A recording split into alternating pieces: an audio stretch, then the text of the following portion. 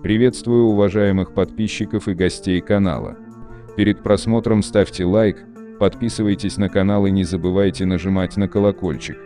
Стрелка криминальных авторитетов Екатеринбурга, не поделивших сферы влияния, закончилась стрельбой из автоматов. Все произошло в ночь на 25 января на одной из автозаправок близ кафе «Каспий». О подробностях разборки рассказал один из знакомых участников конфликта, пожелавший остаться анонимным. Стрелка проходила ночью, рассказал наш собеседник.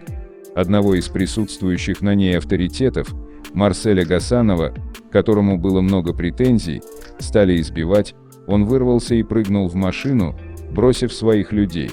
По автомобилю открыли огонь, но мужчина сбежал и вызвал подмогу.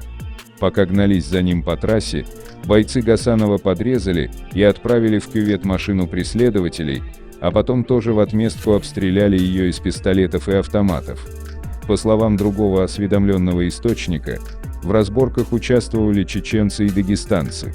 У них конфликт из-за платных стоянок, который продолжается уже давно, пока ни одна из сторон не может переломить ситуацию в свою пользу. На этот раз все остались живы, но один тяжело ранен.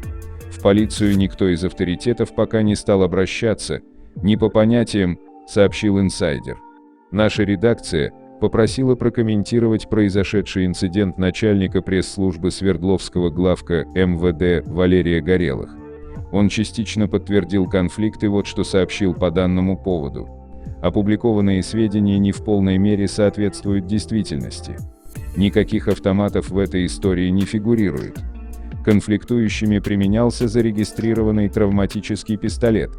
Также не соответствует действительности то, что так называемая разборка имеет отношение к платным автостоянкам.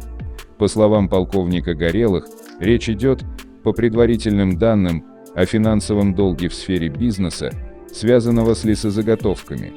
Погибших и раненых, к счастью, нет. Ни одна из сторон официальных заявлений представителям МВД писать не стала, сообщил он. Основные участники инцидента были оперативно установлены сотрудниками полиции и опрошены. По итогам начавшихся проверочных мероприятий, которыми занимаются сыщики уголовного розыска УМВД по Екатеринбургу и подразделения по борьбе с организованной преступностью областного, Главное управление МВД, будет принято обоснованное процессуальное решение. Более подробные и точные обстоятельства конфликта органы внутренних дел устанавливают. Марселя Гасанова называли одним из организаторов криминальной сходки на Юмашево летом прошлого года. Он тогда сумел избежать задержания, уехал со своими людьми до того, как ворвалась полиция и СОБР.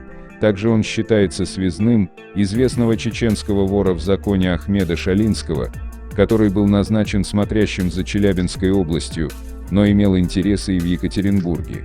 Впервые Марселя пытались побить еще летом, но тогда вмешалась полиция.